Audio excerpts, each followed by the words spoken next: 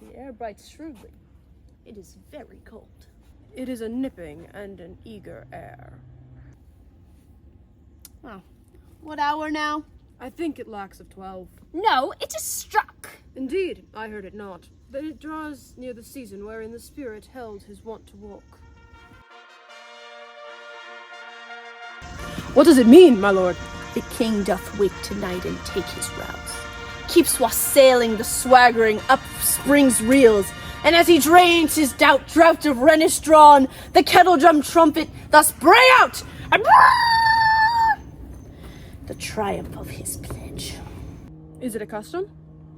Aye, merriest.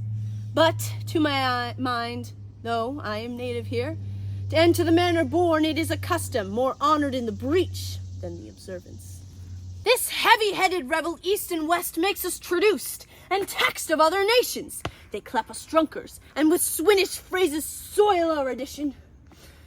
And indeed it takes from our achievements, though performed at height, the pith and marrow of our attribute. So oft it chances in particular men that some vicious mole or nature in them as in their birth, wherein they're not guilty, since nature cannot choose his origin. By the o'ergrowth of some complexion, oft breaking down the pales and forts of reason, or by some habit that too overlins the form of plausive manners. And these men carrying, I say, the stamp of one defect, by the nature, the livery, or fortune's star, his virtues, or else, by they are as pure as grace, as infinite as man may undergo, shall in general censure take corruption. From that particular fault, the dram of evil doth all noble substance of a doubt to his own scandal. Look, my lord, it comes!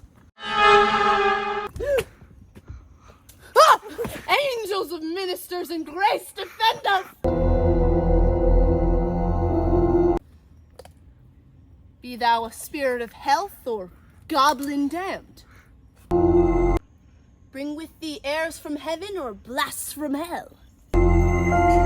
Be thy intents wicked or charitable.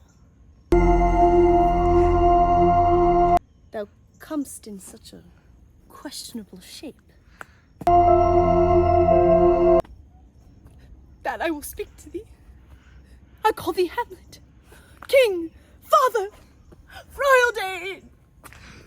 Oh, answer me!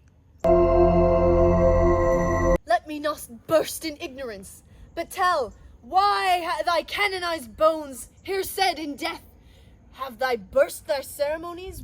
Why the sepulchre, wherein we saw thy quietly interred, hath opened his ponderous and marble jaw, to cast thee up again? What may this mean, that thou, dead course again in complete steel, revisit thus and glimpse the moon, making night hideous, and when we fools of nature so horridly to shake out disposition, with thoughts beyond the reaches of our souls? Say, why is this? Wherefore? What should we do?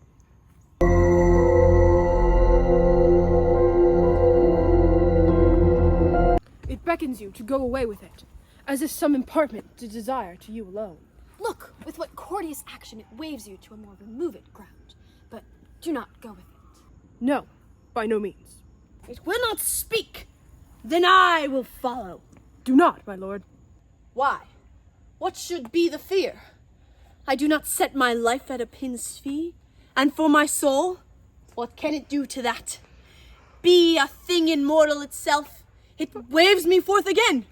I will follow it. What if it tempt you toward the flood, my lord, or to the dreadful summit of a cliff that beetles over his base to the sea, and there assumes some other horrible form, which might deprive your sovereignty of reason and draw you into madness?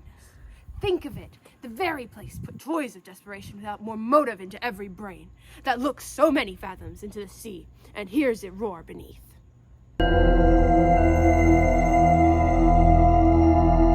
It waves me still.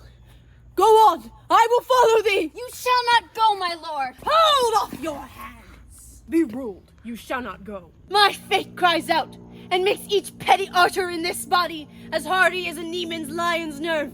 Still I am called, unhand me, gentlemen, by heaven. I will make a ghost of him that lets me. I say away! Go on. I follow thee! He waxes desperate with imagination. Let's follow. 'Tis not fit thus to obey him. Have after. To what issue will this come? Something is rotten in the state of Denmark. Heaven will direct it. Nay, let's follow him.